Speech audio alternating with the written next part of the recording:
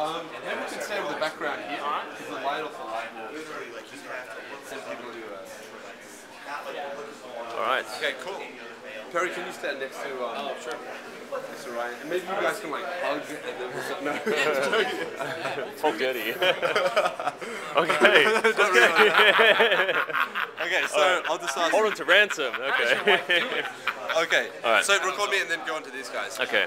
Hi, this is Jesse Forrest from jesseforrest.com, the conversion specialist and copywriter.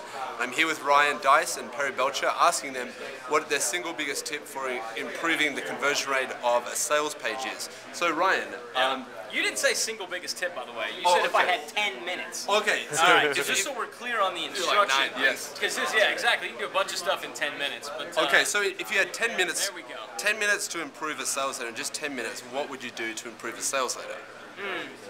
Perry? Thanks.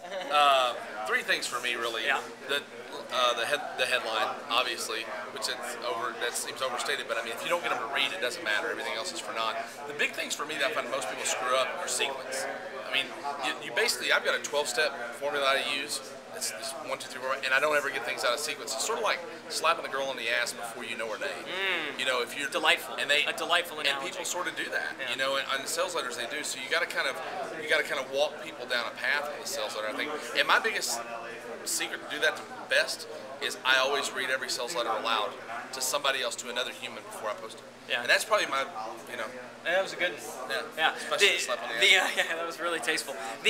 What I like to do, I found that with most of the people, when I'm reviewing their copy, and with my own copy, you'll write a headline and the headline will seem good, but as you get going, you'll find that your better hook, your more interesting part is actually buried a third of the way down in the sales letter.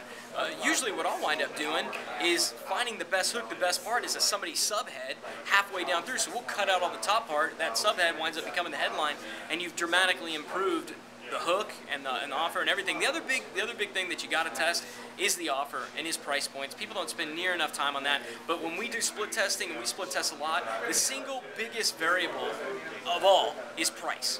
So, absolutely. and most people don't test it. They throw out a price point and arbitrarily, and they never test it. So if you're only going to test one thing, actually, if you're only going to test two things, headline and lead, and price point. If you don't do anything else, you're going to get 90% of the way there. So hopefully that's helpful. Sounds great. Thank you, and for more, if you want to hear more about Ryan and Perry, you can go to 43splittests.com or drivingtraffic.com or perrybelcher.com. But yeah. Thanks so much, guys. 43 split tests.